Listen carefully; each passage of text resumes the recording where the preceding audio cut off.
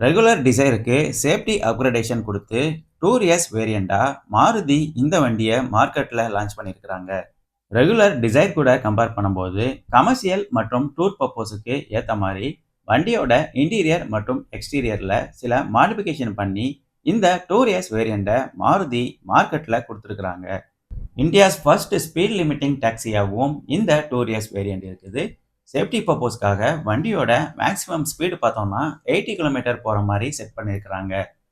இந்த tour S வெஹிக்கிளோட main competitors பார்த்தோம்னா Hyundai அரா, Honda Amaze, Tata Tigor மற்றும் டொயோட்டா கிளான்சா இது எல்லாமே இந்த டூர் எஸ் வண்டியோட மெயின் காம்படிட்டர்ஸாக இருக்கிறாங்க.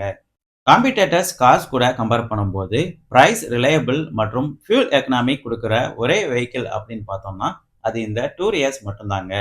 டாக்ஸி பர்பஸுக்கு வெஹிக்கிள் பார்த்துட்டு இருக்கவங்க தாராளமாக இந்த டூர் எஸ் வேரியண்ட்டை செலக்ட் பண்ணலாம்.